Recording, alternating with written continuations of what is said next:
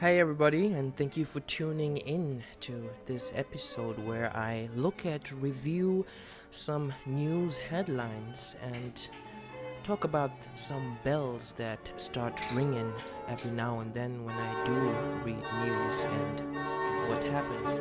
And today we're going to talk about Turkey's President Erdogan, who was called out a state of emergency after the failed military coup that just recently happened in Turkey.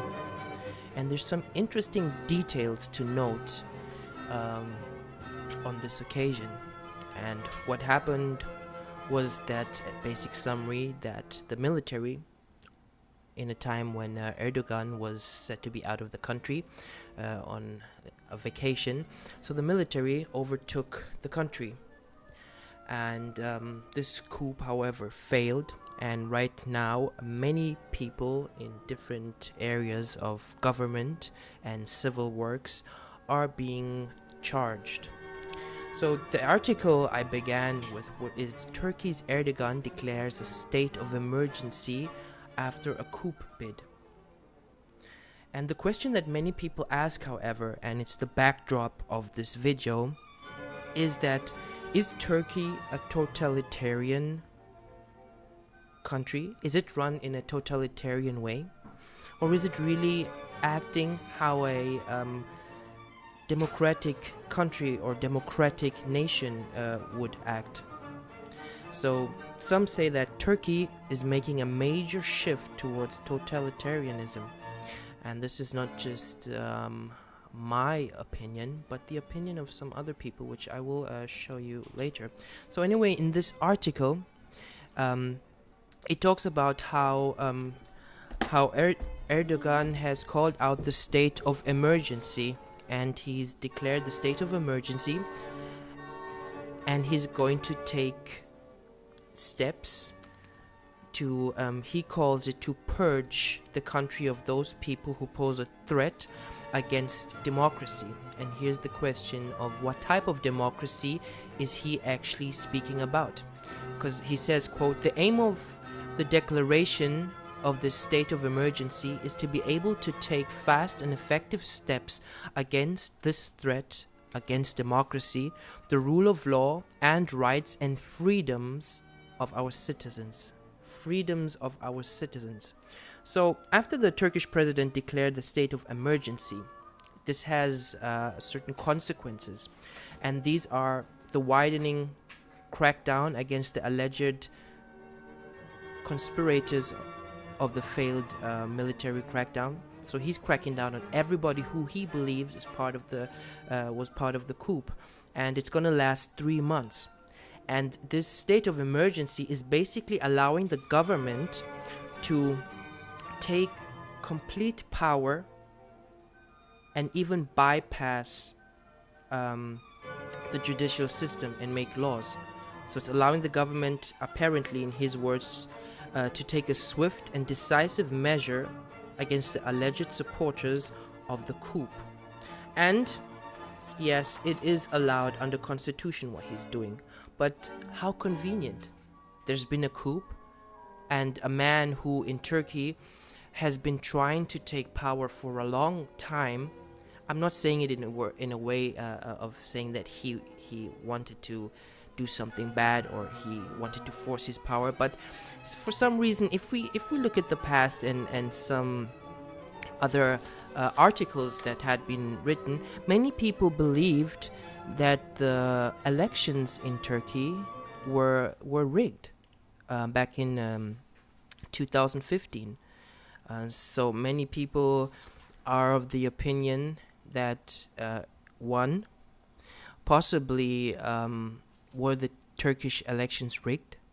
The Guardian had its view on the Turkish elections, with quoting someone saying would be calling him a dictator and saying that the election was rigged. So these are all words that are not from me, but are out there in connection to describing Turkish president. And down here the question is, Turkish ruling party gets a surprising boost. will the elections bring an end to Erdogan? So there was a point where people thought he would lose because there seemed to be a majority who were in favor of his opponent. But then suddenly, President Erdogan to call a snap election. Turkey election results. He won by a vast majority. And not saying that it was rigged or not, but in terms of an anecdote, I would like to present you with the scene from a very interesting series called Battlestar Galactica. It was made back in the 90s. And then in this series, in the second season, episode 20, there is a scene where the president of the Federation, this is a colony, the last colony of humans that had to flee because the Earth and humanity was attacked by a race of supremacy-seeking machines that look like humans. But anyway, so in this community of surviving humans, they had to establish a government, so there had to be an election. But the leading president at that moment didn't want her opponent to win. So what she did was she rigged the election so that she could stay in power. She was president before, but he somehow brought in the state of there having to be another election. So in the end, he loses. And there's this interesting scene where they talk about where one of his campaigning helpers says that it was rigged. And just have a look for yourself. Wow, okay, 8,593 for Rosalind, now which puts her over the top.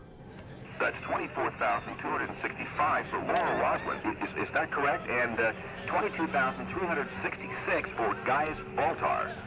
We're going to check these again because that has put her over the top. She has done it. She has retained the presidency in an improbable comeback in the final hours of the campaign. Again, we would, of course, like to check those numbers if we could, but it appears that Laura Rosalind has retained the presidency. In defiance of the polls, the pundits, and the purveyors of gloom and doom, I've never seen a political race end like this, but it has just happened. I'm James McManus. We'll check those numbers, and we'll be back to you very shortly. Thank you. I've seen a lot of elections, guys. Most honest, a few fixed. And you can always tell the fixed ones because they don't make sense. And this doesn't make sense.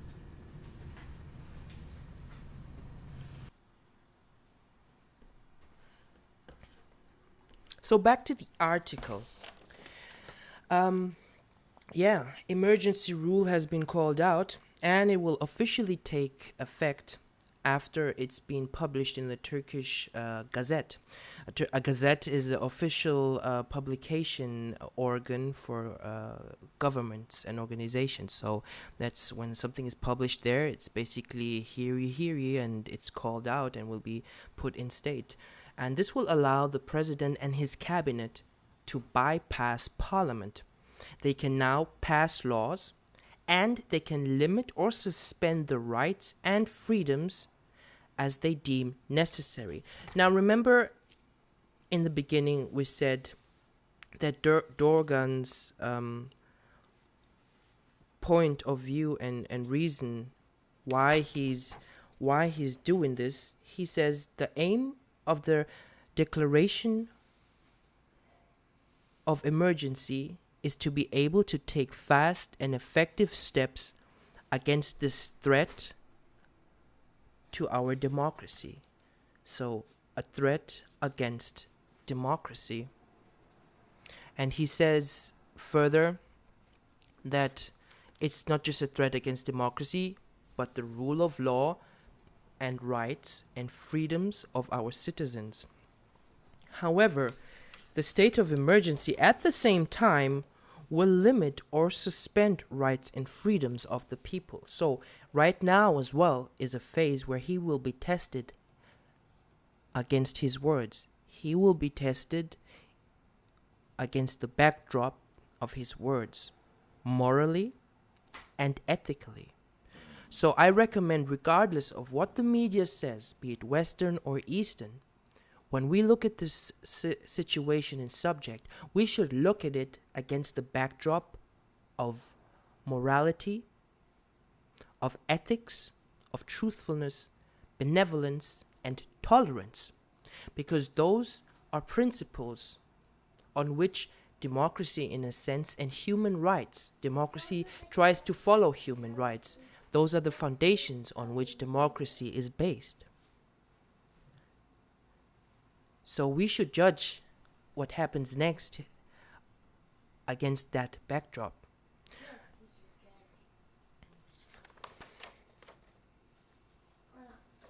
And Erdogan has dusted off criticism from Western governments that accuse him of becoming a little bit totalitarian in the way he's reacting. Now here are a few stats about Turkey. Turkey is a member of the NATO, and it borders Syria, Iraq, and Iran. Those are all strategically very important. That's a strategically very important position, because those countries, if you are on top of the news, are places where NATO, especially the United States, has been very active with their military in recent years. Iran, because of their apparent nuclear threat. Syria, because of hopes that to change the leading government and change Assad to another ruler. So this is some stats about Turkey to know in the background. And in an interview with Al Jazeera, Erdogan dismissed suggestions that he's becoming authoritarian and that Turkish democracy was under threat. He said, "We will remain within a democratic parliamentary system. We will never step away from it." So he said, I'll repeat this again, "We will remain within a democratic parliamentary system." So a democratic parliamentary system means that the way of going about,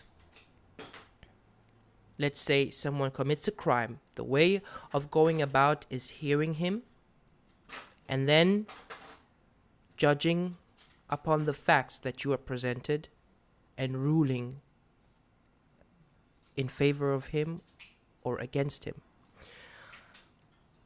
At the moment, we have 95 academics, according to uncertified reports, that have been removed from their post at the Istanbul University.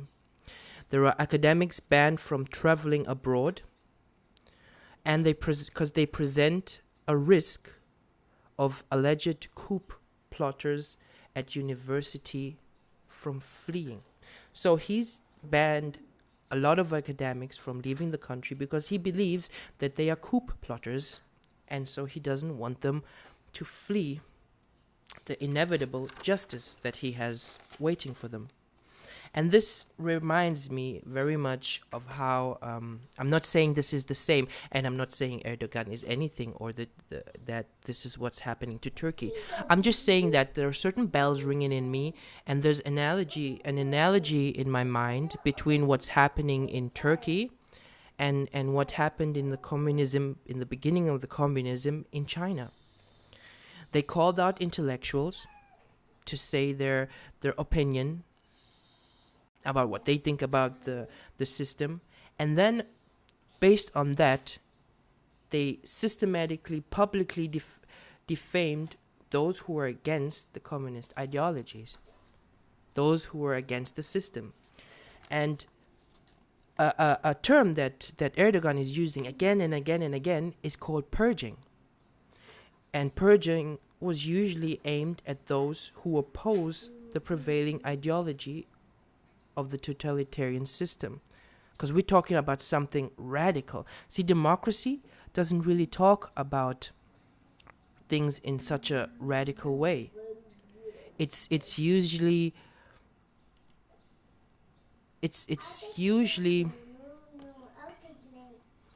this is usually more in totalitarian systems where they use very hard words like this, like purging or things like that. So Erdogan also talks about virus, and he vowed to clean the virus responsible for the plot from all state institutions. So this almost sounds, basically right now in America you would say martial law. Right now there is martial law in Turkey, and the leaders have the right to deal however they want and see fit against those who they deem perpetrators or those who are against their current system of rule. And this is under the emergency rule.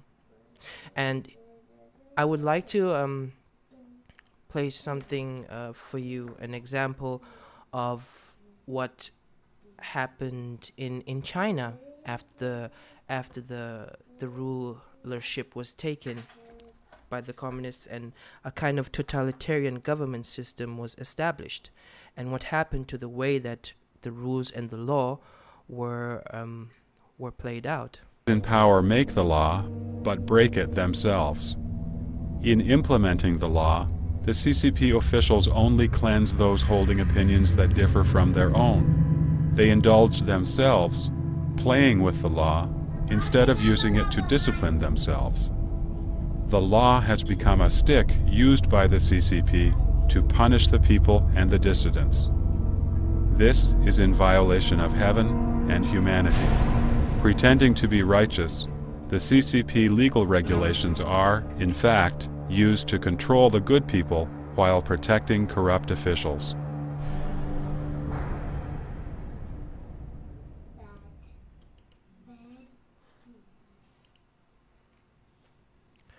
So yeah, the Turkish military attempt coup to overthrow Erdogan has failed, and up to date there are 360 serving generals who have been detained. That's 1/4 of Turkey's generals. 262 military judges and prosecutors have been suspended and are under investigation by the defense ministry. 900 police officers in the capital of Ankara have been suspended so far.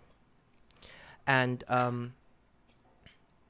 purge is also has been extended to civil servants and people who work in the departments of environment and sport administration. And here's a internet quote from Erdogan, who took quote over FaceTime on public television, and here's what he had to say.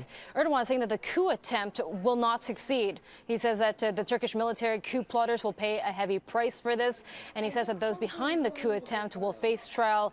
He goes on for calls to the Turkish public to take to the streets against the coup attempts. Now, I just want to bring up again the travel alerts from the U.S. State Department on that note, because we have been hearing from the U.S. State Department, and they're basically telling all U.S. citizens in Turkey to shelter in place, stay indoors. The Turkish state television, again, saying that martial law has now been imposed. Back to you. All right, Susan Lee, thanks so much. Also, we know now that U.S.-bound flights traveling from... Yeah, so he is serious about it, and this has happened, and he said he's still in law, and he's gonna take action. He's gonna go down on those people who who were against him. And there's a Western opinion to this, because there are some people who are feeling that this seems a little bit, everything is going very fast. It's basically like this. It's a one-man game. All we're hearing and all we're seeing is one person taking charge, one person making the laws, one person saying who broke the laws. Okay, one person deciding who is a criminal, who is a friend, who is a foe. One man. And that does not, in my humble opinion, sound like democratic values. Because democracy means that things are decided by a majority. When we go into single one-man games in terms of ruling, we're getting very close to the area of totalitarianism and dictatorship. And in the most worst case, tyranny, as we might see in North Korea. So the Western opinions that have been stated are that while the West shows solidarity towards the coup that happened and against solidarity towards Erdogan for the coup that happened, they believe that the purge is too swift and the response doesn't adhere to democratic values. And that Erdogan's way of handling things is not in line with Western democratic values.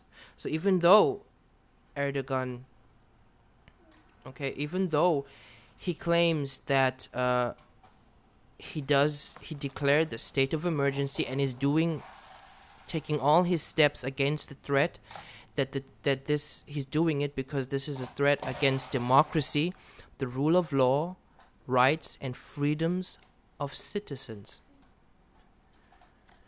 And Erdogan said his aim is to take fast and effective steps against these threats. So in democracy, however, as I mentioned before, people are first heard, trialed, and then convicted if they're found guilty. So in Turkey, there is a question: who is leading the hearing and the trials? And who is doing it? Who are those judges? Who appointed them?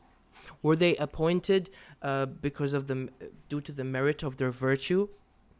Or were they appointed right now as well also by Erdogan or his supporters? And this is not to say, please don't understand it wrong, this is not saying or putting any bad intentions into Erdogan's pocket. No, not at all. This is just what people in a democracy are allowed to do. This is the freedom of speech. This is the freedom of thought. And the freedom to critically look at what's happening and look at it and judge it against the backdrop of morals, of ethics, and judging whether it's truthful, benevolent, and tolerant in terms of human and human rights.